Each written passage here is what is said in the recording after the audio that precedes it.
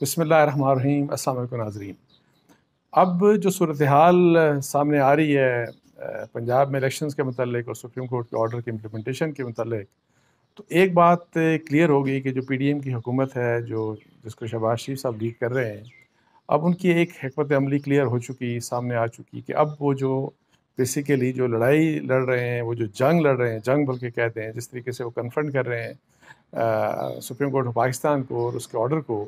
تو اس کنفرنٹیشن کے لیے وہ ڈھال کے طور کے اوپر جو استعمال کر رہے ہیں وہ پارلیمنٹ کو استعمال کر رہے ہیں۔ اور آج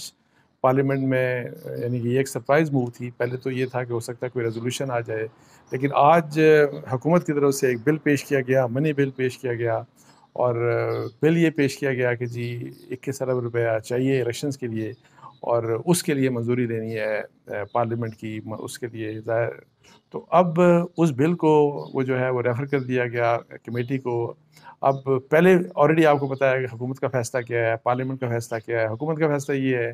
کہ جی الیکشنز نہیں کرا سکتے ہم اس وقت میں، اور جو سپریم کورٹ کا جو 3 ممبرز کا فیصلہ تھا وہ مسترد ہم کرتے ہیں۔ یہی بات پارلیمنٹ نے کی۔ پہلے قومی اسمبلی سے قرارداد پاس ہوئی، آج سینٹ سے بھی قرارداد پاس ہو گئی، اور وہ یہی والی بات کہ جی ہم سپریم کورٹ کے اس فیصلے کو مطلب ہے کہ ان کو رد کیا ان قراردادوں کے ذریعے۔ اور یہی والی بات کہ جو الیکشنز ہیں پاکستان میں وہ ایک ہی دفعہ ایک ساتھ الیکشن ہونے چاہیے، اور اصل جو بات ہے وہ یہ کہ سپریم کورٹ کے فیصلے کے اوپر امپلیمنٹیشن کے لیے حکومت تیار نہیں، اور پارلیمنٹ کے ذریعے انہوں نے تھرو ریزولوشن کو کیا۔ لیکن اب مسئلہ تھوڑا سا اور کمپلیکیٹ اس لحاظ سے ہو گیا کہ فرض کریں کہ پہلے یہ جو بات کی جاتی تھی نا کہ ظاہر ہے سپریم کورٹ نے آج الیکشن کمیشن آف پاکستان یا کل ان کو اپنی رپورٹ دے گا election commission supreme court Pakistan کو کہ جی کیا جو فنڈز ریکوائرڈ تھے، جو 21 ارب روپیہ جو چاہیے تھا، تو وہ مہیا ہو چکا کہ نہیں ہو چکا الیکشن کمیشن کو، اور ظاہر وہ مہیا نہیں ہوا۔ اس کے بارے میں آپ کو پتہ ہے فیصلے وہی والے کہ کس کس نے کیا کیا فیصلہ کیا۔ میں آپ کو بتا چکا ہوں کہ پارلیمنٹ میں ریزولوشنز آ چکی ہیں، اور کیبنٹ نے وہ فیصلہ کر لیا، سب کچھ ہو گیا۔ اب پرابلم یہ ہے کہ سپریم کورٹ آف پاکستان ظاہر ہے اب اس کے اوپر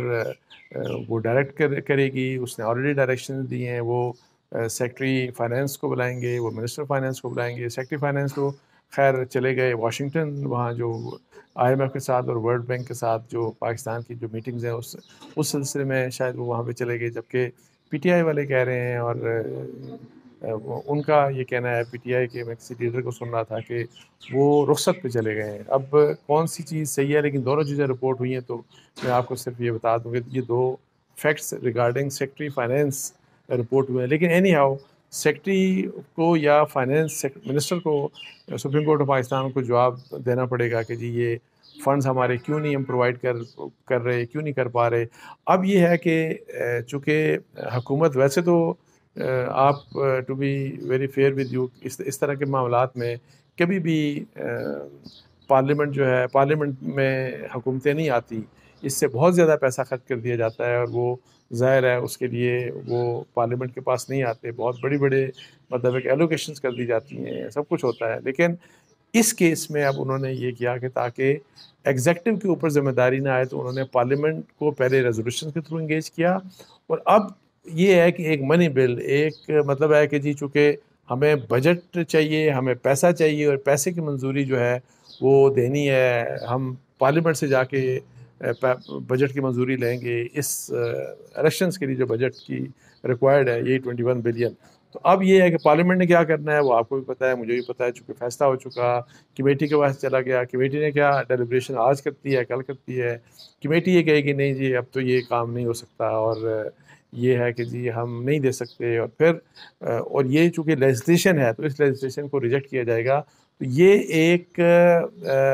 پارلیمنٹ کا ایک ایسا ایکٹ ہوگا، مطلب ہے کہ پارلیمنٹ کی ایک ڈیلیبریشنز ہیں، اور یہ جس طرح وہ پہلے کہتے تھے نا کہ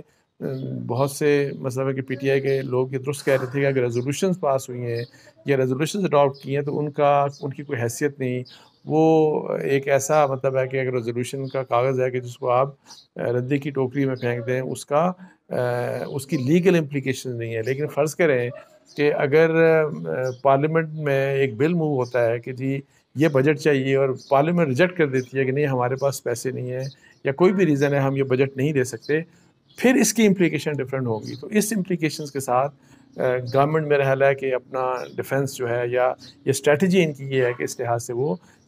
سپریم کورٹ آف پاکستان کا جو آرڈر ہے اس کو وہ اوائڈ کرنے کی کوشش کریں گے۔ اچھا، اب یہ ہے کہ ظاہر ہے سپریم کورٹ کا آرڈر اب 3 ممبر بینچ والا وہ سارا جو بھی کنٹروورسی 4-3 کا فیصلہ تھا یا 3-2 کا فیصلہ تھا، پھر اطہر من اللہ صاحب کا وہ آیا ایک فیصلہ، تفصیلی فیصلہ آیا، پھر جسٹس فائز عیسیٰ صاحب کا فیصلہ آیا، یہ سب چیزیں سامنے آ گئیں۔ لیکن اس کے باوجود ایک فیکٹ ہے کہ وہ 3 ممبر بینچ کا، کیونکہ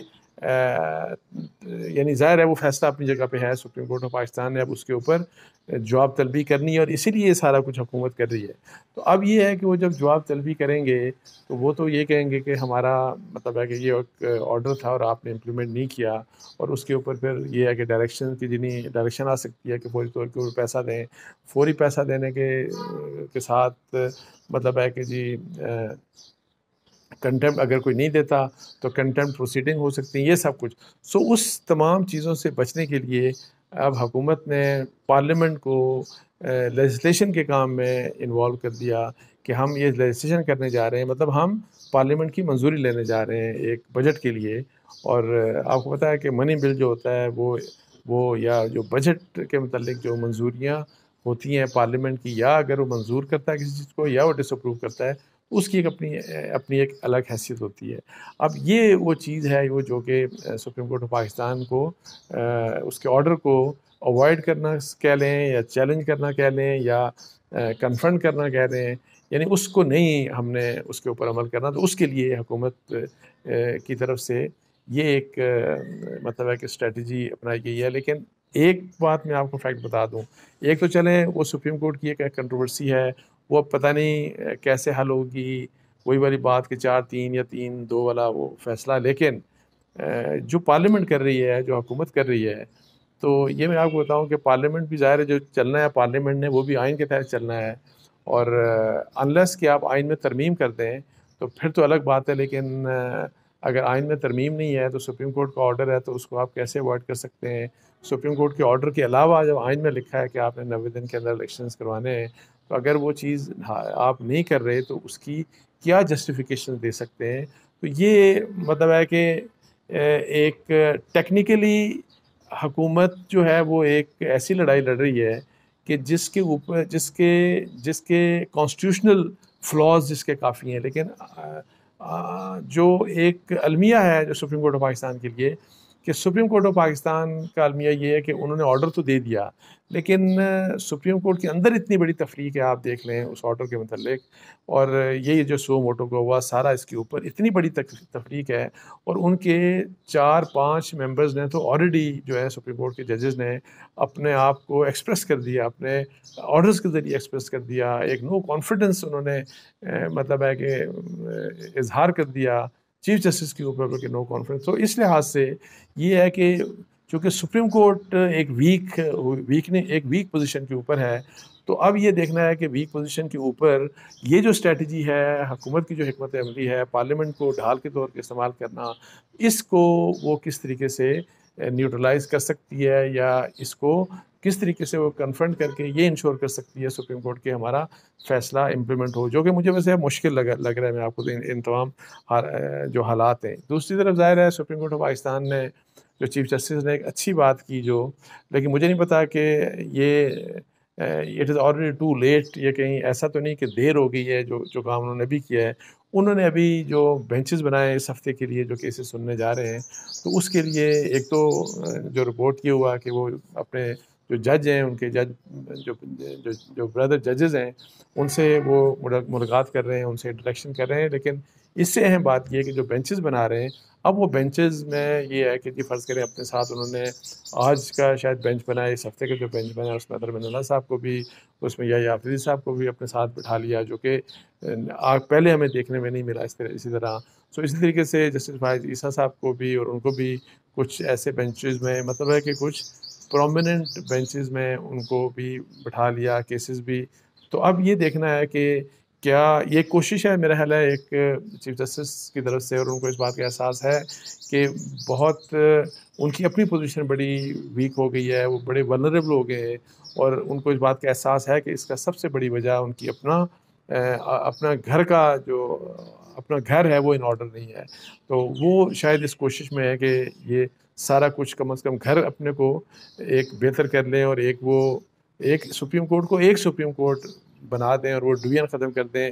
اب یہ ہوگا نہیں ہوگا، اور خاص طور کے اوپر جو ان کے بردر ججز ہیں ان کی طرف سے اتنے امبیرسنگ فیصلے جو تھے چیف جسٹس کے لیے ان کے بعد، تو کیا یہ سارا کچھ جو چیزیں خراب ہو چکی ہیں وہ ٹھیک ہو جائیں گی کہ نہیں، یہ ابھی سارا کچھ دیکھنے کو ہوگا. لیکن ادروائز جو حالات ہیں سپریم کورٹ کے اندر، بار کونسلز کے بھی آپ دیکھ لیں حالات، زیادہ تر بار کونسلز میں سب نے تقریباً وہ بتایا کہ وہ سپریم کورٹ آف پاکستان یا چیف جسٹس کی پالیسی سے وہ ایگری نہیں کرتے، ایکسیپٹ سپریم کورٹ بار ایسوسی ایشن کے صدر اور سیکرٹری نے ایک اسٹیٹمنٹ 2-3 دن پہلے دی تھی. لیکن وہاں پہ بھی آپ دیکھیں کہ، اور وہ چونکہ ان کا تعلق ظاہر پی ٹی آئی سے تھا، تو وہاں پہ جو ہے ان کے اپنے لوگ سپریم کورٹ بار ایسوسی ایشن کی جو ایگزیکٹو باڈی ہے اس کے جو میجورٹی ممبرز ہیں، میرا 17 میں سے شاید 10، ان لوگوں نے آ کے کہا کہ جی اس بیان سے ہم لا تعلق کی اپنی مطلب اس کا انہوں نے اظہار کیا، اور انہوں نے کہا کہ اس کہ کسی پولیٹیکل پارٹی کا اہلکار نہیں بننا چاہیے ہماری یہ جو بار کونسل ہے. تو اس لحاظ سے یہ جتنی بھی یہ والی جو چیزیں ہو رہی ہیں یہ سپریم کورٹ کے اور خاص طور کے اوپر چیف جسٹس اور ان کے جو لائک مائنڈیڈ جو ججز ہیں ان کے حق میں کوئی بہتر چیز نہیں ہو رہی. اور اس کے ساتھ ساتھ ایک اور جو ڈیولپمنٹ میں آپ کو بتاؤں جو ہو رہی ہے وہ یہ ہے کہ ابھی پی ڈی ایم کی جو پارٹیز ہیں، اور آج یہ رپورٹ بھی ہوا کہ جی جس میں شاید نواز شریف، آصف علی زرداری، مولانا فضل الرحمان، ان سب کی آپس میں کوئی ڈسکشن ہوئی ہے، اور رپورٹڈلی کہ کوئی اتفاق بھی ہوا ہے کہ جی یہ جو ججز کی تعیناتی ہے اس کی جو پالیسی ہے، اس کی جو قانون ہے یا اس میں ترمیم کی جائے. اور آپ کو پتہ ہے کہ اس کے لیے آئین میں امنڈمنٹ ہوئی تھی، اور وہ جس وقت یہ اوور آل سارا 18ویں ترمیم جب آئی تھی تو اس وقت آپ کو پتہ ہے کہ ٹوٹل پورے آئین کو جو ہے وہ ریویو کر کے تو یہ اپوائنٹمنٹ کا طریقہ بدلا گیا تھا. اور اس میں ان لیڈرز کا، یہ پی ڈی ایم کے لیڈرز کا یہ ہے کہ جی پارلیمنٹ کی جو کمیٹی ہے جو ججز کی اپوائنٹمنٹ کے پروسیس میں انوالو ہوتی ہے اس کو با اختیار بنایا جائے، اس کو زیادہ اختیار دیا جائے، تاکہ اصل اپوائنٹمنٹ جو ہے، جو پاور ہے وہ پارلیمنٹ کے پاس آنی چاہیے ججز کی. لیکن اس کے لیے میرا نہیں خیال کہ یہ پاسبل ہوگا. اس کے لیے ایک تو کانسٹیٹیوشنل امینڈمنٹ ریکوائرڈ ہوگی، اور دوسرا پہلے جس وقت اوریجنل جب 18ویں ترمیم آپ کو بتایا کہ جب آئی تھی اس وقت سو موٹو لے لیا گیا تھا اسی اپوائنٹمنٹ کا جو طریقہ اس وقت جو پارلیمنٹ نے جو تجویز کیا تھا، اور اس کے اوپر ججز نے یہ کہا تھا، سپریم کورٹ آف پاکستان نے یہ کہا تھا کہ یہ اس میں ایسی طرح مہم کی جائیں جو کہ سپریم کورٹ کی جو باڈی ہے، سپریم کورٹ کی جو اپوائنٹمنٹ کرنے کی باڈی ہے، سپریم جوڈیشل کمیشن جسے بولتے ہیں، آپ کو پتہ ہے کہ وہ اپوائنٹمنٹ میں انیشلی وہ ریکمنڈ کرتے ہیں ان کو پارلیمنٹ کی کمیٹی کو، اور پھر یہاں سے جا کے تو صدر اور وزیر اعظم وہ اپروول دے دیتے ہیں. تو سب سے امپورٹنٹ اس ابھی کے جو قانون ہے اور اس کے تحت جو ابھی آئین میں جو لکھا ہے، اور اس فیصلے کی وجہ سے اگر میں سب سے کوئی پاورفل باڈی ہے تو وہ